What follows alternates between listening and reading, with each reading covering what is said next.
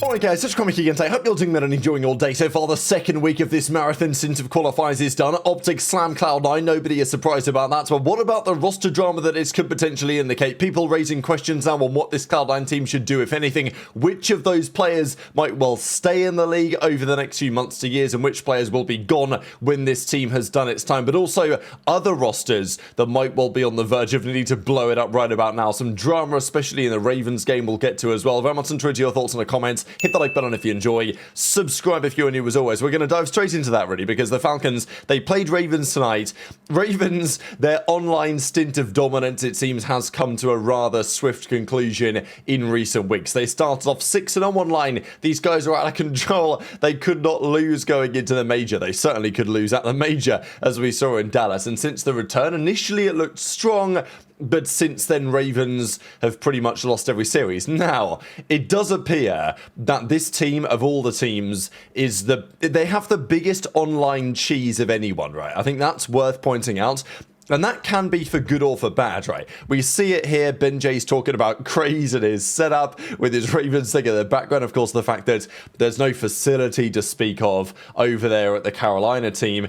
They did have Brian Saint's penthouse for a short time. That's no longer a thing. Now, because of that, they're all based around different parts of the US. I think Exceed is still out of LA. Now, what that means is that, and teams have said this, I think Nasty said this recently, and we'll certainly talk about him in Boston in a second, but he said that they are basically the worst team to scrim because getting a connection, which makes sense for all parties, is not really going to work at all, right? Because they're based so far away. We saw this with Florida back in, I want to say like Cold War or something, when they had like Big Wake when he joined the team, and they had a few players based around Florida, but certainly not in Florida. They called it the Bermuda Triangle because they had players in locations such that whatever server you put them on, they always had at least one guy who was basically sitting on the server. That meant Florida were pretty good in that MW19 Cold War online stint, as you guys may remember. So there's a piece of that going on here with Ravens, I think, when at this high level, that kind of ping differential not just makes a difference to the actual gunfights, but I think it's a mental thing fundamentally, right? The teams recognize that, oh, well, we're playing on this server because they're trying to make it fair because Exceed's based out of Cali. And that means that their other teammate is now literally living on the server that we are playing on, or whatever the case is, and it gets in the head of the other team. I think people now recognize, though, that Ravens aren't all that. But this series, there was talk the other way around. So, not sure 100% what server they played on here, but Nero said he was on 50 ping. Actually, no. So, Pred says he was on 50 ping as well. And I think it was Nero who said, yeah, lagging the whole series, it's so fun. Sarcastic. GG's Falcons lost 0-3. Nero's based out of Ohio on the Spectrum cable. So, look, it is a funny one because obviously you've got Nero here complaining about online to a degree. Of course, it wasn't long ago where these guys are winning everything online and it looked great. But yeah, it's a pro and a con, it seems. Sometimes it works in your favor, as it did for Ravens for the majority of the time, but lately they do seem to be losing full over these circumstances. Maybe the other teams have figured out what servers are best to play them on. Of course, that's meant to be the league's decision, but it appears that Pred and the Falcons boys were playing on 50 ping because of the server they have to play on, which wasn't good, and Pred wasn't happy about it. But also it's not ideal necessarily for the Ravens guys as well. So a bit of a shambles, really. The reality is Ravens clearly aren't the funnest team to scrim against. Teams have made that pretty clear because of this scenario. They're not the most fun team to play in matches, but they are definitely beatable online nowadays, and we've seen that multiple times in recent days. So Falcons handle business. I still think there are questions over this Falcons team, whether it will stay the same, whether things will change. There have been quite a bit of talk about that roster recently, but the last couple of series have gone well, so I'm expecting things to stick it out, at least for the time being. And again, this was a prime opportunity for Celium to farm some stats. A 1.5 he dropped this series. Good numbers across the boards. Exceed and Nero both with a 0.7. So bad day at the office for those boys. They're now 1-3. Can they bounce back? Look, I'm not expecting Cloud9 to go to the major in Dallas or in Birmingham. Only 10 teams go out of the 12. Cloud9 will surely be one of them that doesn't. The other team is a question. We thought maybe Surge, although after today, less clear. What other team is it going to make it? That is a good question, because Toronto, you'd imagine they're going to get the job done at least at some point over the 11 games that they play. Maybe they've started the turnaround. However, though, speaking of teams that need to make changes, I said this yesterday with Boston after their defeat, that it was so bad that I thought something might have to give. Now, today I thought maybe they could still have what it takes to get the job done against a Surge team, which has looked pretty shambolic and very uncoordinated. But kind of from day one in this series, it was pretty clear that Boston were just going to get slammed again. Now, there's been a fair bit of talk about Abe. He did well last year, as we know, on Toronto at the end of the season when they went, well, it was actually not Toronto technically. They played under Koi at the World Cup. Abe stepped in. They came third that tournament, did pretty well. This Surge team has been all over the shop lately. They did get that win at the Major against Ravens, but apart from that, it's been very, very slim pickings. But Game 1 of Blackheart, a map that on paper you'd think would be okay for the Boston Breach, Surge just slammed them bad. Cammy and Snoopy both have 10 kills. Really is just an absolute disaster. And this conversation with Boston has very quickly turned into save nasty, free nasty, please, right, do something. And, well, this is also an interesting moment in the overload here, where somehow Gwinn, despite having the ball, you can tell by the outline, and the fact that when he eventually does die, he drops it where he lay, somehow he got away with having his gun out here, which is a very strange glitch that I don't really think I've seen before. He was very close, but you can see that he had it. So, yeah, typically the pistol would be out, of course, in that scenario. Didn't matter in this specific one, but eventually Surge get the win. Good map here from Gwinn. We've not seen enough of them, to be honest, so far this year. This was one. Nasty, by the stats, by the way, is one of the best overload players, as I control again, players in the whole game. His stats this year in that mode are incredible. It continued here. He was the one putting in the overload portal as well. But it just didn't matter because Surge get the job done eventually in a closely fought map 4. And Nasty, understandably, was not happy about this result. This is ridiculous, honestly. GG Surge, just unacceptable. The team is in a shambolic spot. They just looked so defeated. I think that was what got me. I don't know what's happened there exactly behind the scenes. But looking at their player cams, maybe they've just been getting slammed so bad in scrims that they've just lost full. But watching their player cams, like, that team looked so broken to me. We know that there's still potential in those players because that trio of Cammy, Snoopy and Purge with Awakening, they got top 3 last year at Champs. They were upsetting Thieves at Majors for fun, right? So there's clearly some potential in that core, but of course, all things must come to an end at some point, and even with the theoretical Awakening for Nasty upgrade, and it is an upgrade individually, like Nasty's an excellent player, but that trio isn't delivering this year, isn't firing at all. I was hoping Snoopy would be good on this game, I was expecting it. I still think he could be, but just not with this current setup, right? I think after Major 1, there were questions whether they should have done something. I think now they might look back and say, well, we could have done. Nasty sold to Toronto is also a conversation which is still being had. I don't know what that would mean for either party or if it would make any sense. But look, Nasty, did he deserve better than Boston? I think I would say arguably yes. I think Toronto should have gone for him in the off-season, to be honest. The opportunity is still there, but the problem is if you were to do it as Toronto, you would be paying money as a buyout for someone you could have got for free. Always mentally a challenging thing to do. So, yeah, it was a strange game, that's for sure. Eventually, it was a 4-mapper that Surge get the win on.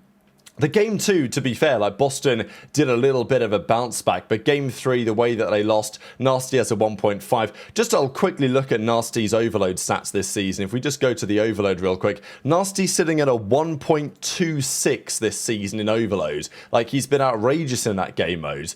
And it's just nowhere near good enough. So, yes, they end up going down. Cammy has a 0.7, Snoopy has a 0.7, Purge has a 0.8, Nasty with effectively a 1.2 for the loss. To be fair to Snoopy, still the most damage in the lobby, but that's not always a good thing if you're dying 88 times more than anyone else in the server. So, you can't lose like that to Surge. And I think, wasn't it the first stage? They lost a game 5, they got reverse swept by Surge, and that was like such an important game for them. Yeah, I think it was this one. They lost to Surge in the Major 1 qualifiers. and they got reverse swept here. This is the series that condemns them to the losers bracket at the major, and had they won this series, they would have been in winners. We could be talking about a very different story, right? Small events like this have potentially made a big impact. So for whatever reason, Boston just can't beat this team, and this time was much worse than last time, I think, in many respects. So lots of talk on Boston need to blow it up. Again, they might be forced to if Nasty gets pinched, but again, you can't let Nasty go if you're trying to be competitive as Boston. So what do? What's the option? What's the decision? You bringing in someone else instead of Purge, right? Obviously, Cammy's been underwhelming apart from the occasional monster series. It's not like Snoopy's been great this year either. So that's that blow it up story.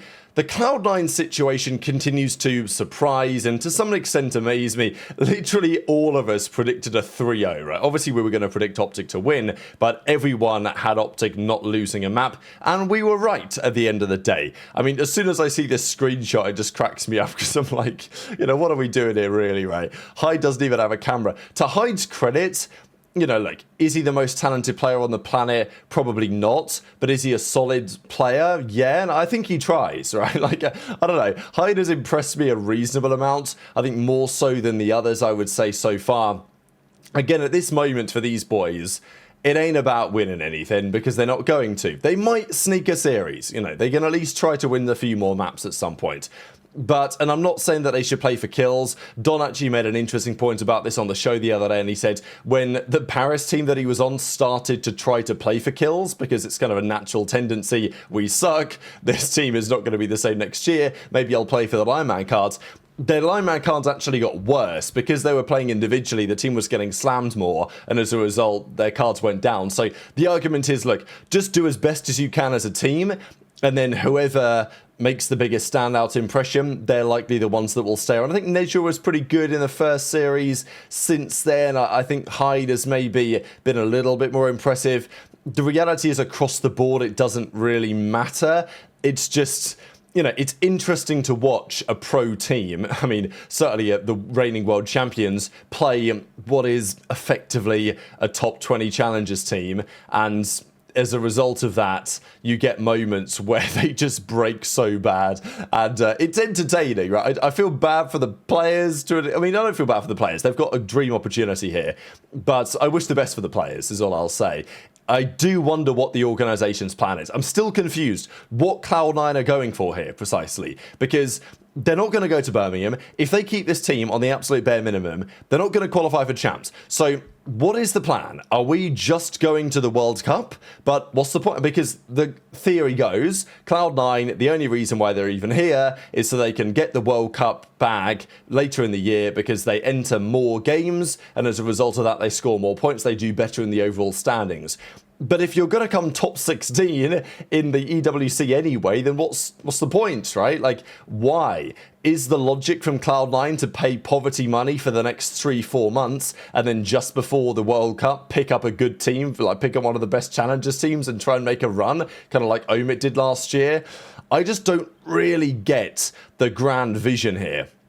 But what we did see was another Mercules masterclass. Again, there was a few hilarious moments in this series. I think especially we saw it in the Search and Destroy when, yeah, there were some wild rounds. I mean, this was certainly one of the rounds of all time. The amount of times that they planted the bomb or were defusing it and they could be seen, it was just, oh my god. Like, if this stuff happened in ranked, you'd be annoyed with your teammates, and justifiably so. So Nejra goes down. Merc's in a 1v2. This is an impossible round to lose, right? Like, you've just got to have some bollocks and you win this round. Because his teammate's coming through the hut. Merc's 4-0, but he's down to 60 HP here. You can't possibly lose this round. So, anyway, he goes for the Chal, and Okis goes down, but like Encourage is literally right here, right? Like, this is an okay Chal from Okis. It's just Encourage needs to not slide into the wall here, because if Encourage properly slides out the door, he gets this trade no stress. Okis only hits one bullet, which isn't great, and then Mercules just absolutely spins on Encourage. I mean, it was, you know, this is one of the worst round losses I've ever seen. You couldn't imagine he could possibly win this from that scenario, and not only does he win that round, but he goes on to win the next round single-handedly as well, because he gets himself into a 1 versus 2.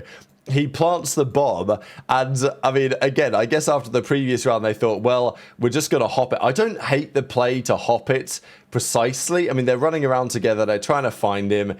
Then Mercules is in this spot. They don't even really consider this, which I thought was a little confusing. And then Hyde just hops it again, probably not realizing that he's been seen going down.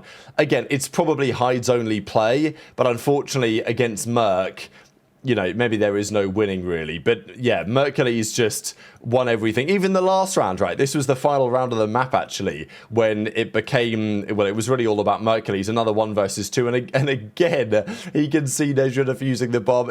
Some of it's unfortunate. Some of it's a catalogue of errors. The next hilarious one to me was this, which is in the overload. You don't see this very often. So Cloud9 had decided that they were going to wait with the cap to like run a relay, right? And usually when the teams do this, they're quite tactical with it. They know how much time they have, and they don't mess this up. But Okis manages to hold it just long enough that Huke actually makes a flank and kills him. And if Hyde doesn't spin around and get the kill on Huke, they would have forgotten an easy capture, right? So, yeah, it was at times kind of painful to watch, but it is what it is. It was actually a pretty close overload. They went back and forth, just running around, really. But eventually OpTic get the win. And it was indeed a 3-0. Merc with a 1.6, so, you know, there's that. Shotzzy with a 1.2. It's an interesting series for Dashy, right? Like, this season, Dashy numbers haven't been great. In previous seasons, when Dashy was in his play for kills era, which was less successful championship-wise, but certainly more successful KD-wise, he would have dropped a 1.4, and these guys, no stress. But, look, Dashy's just in a different role now. He's playing differently for the team, and it's working because, you know, nice mace. He's done it again. There you go. We'll talk about the FaZe G2 series tomorrow morning. Very much interested in your thoughts in the comments. Hit the like button if you enjoyed. Subscribe if you're new. Take care. And I'll see you next time.